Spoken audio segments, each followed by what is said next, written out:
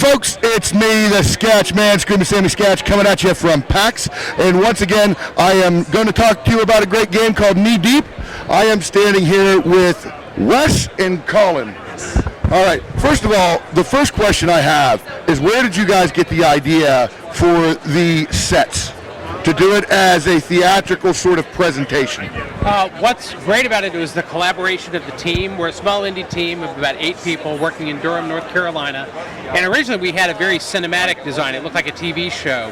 And we had built pretty much all of Act 1 with that in mind. So over-the-shoulder camera shots and, shooting out into the audience and everything else.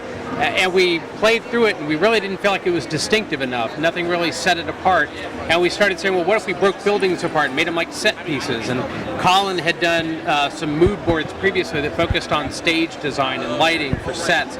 And we said, well, okay, if we do the breakaway buildings and all that, how do we move between scenes? Well, what if we just had them, move from one set to another like they're on a stage play? Well, how do we do that? Well, we can have a big set and then have it rotate, and they get on a pedestal and go out.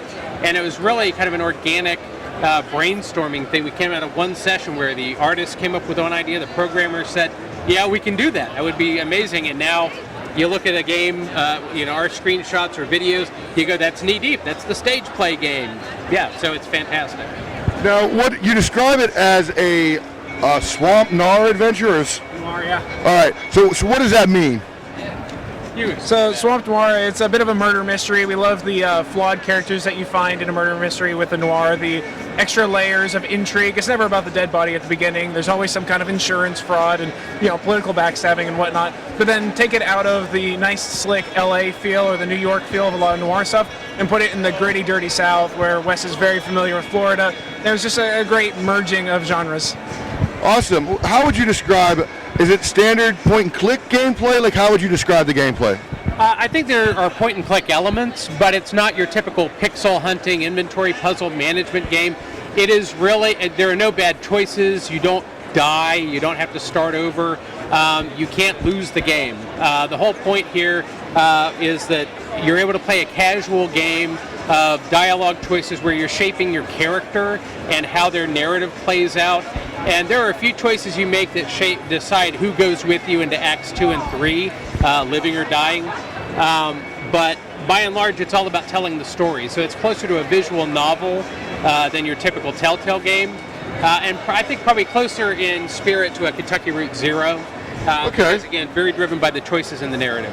So it is 3 episodes, right? Yes. 2 of them are already out on Steam.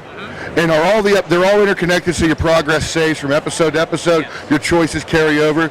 And from what you're saying, the choice is very important to the gameplay. The consequences, right? Mm-hmm. So what are like some of the consequences? Like, what do you mean?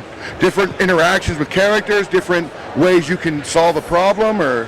Right. Primarily, it's in how people react to you. I mean, there are certain key critical decisions where, at the end of Act 1, you're picking who lives, who dies in a certain incident that happens, and then those people have an impact on what happens to you in Acts 2 and at the end of Act 3. So in that respect, there are some very key things that happen.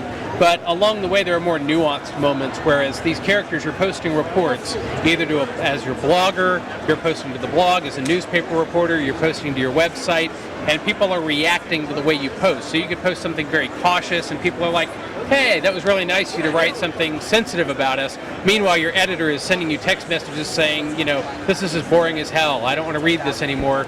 I'd rather watch, a puppy in a tutu dancing in this video. I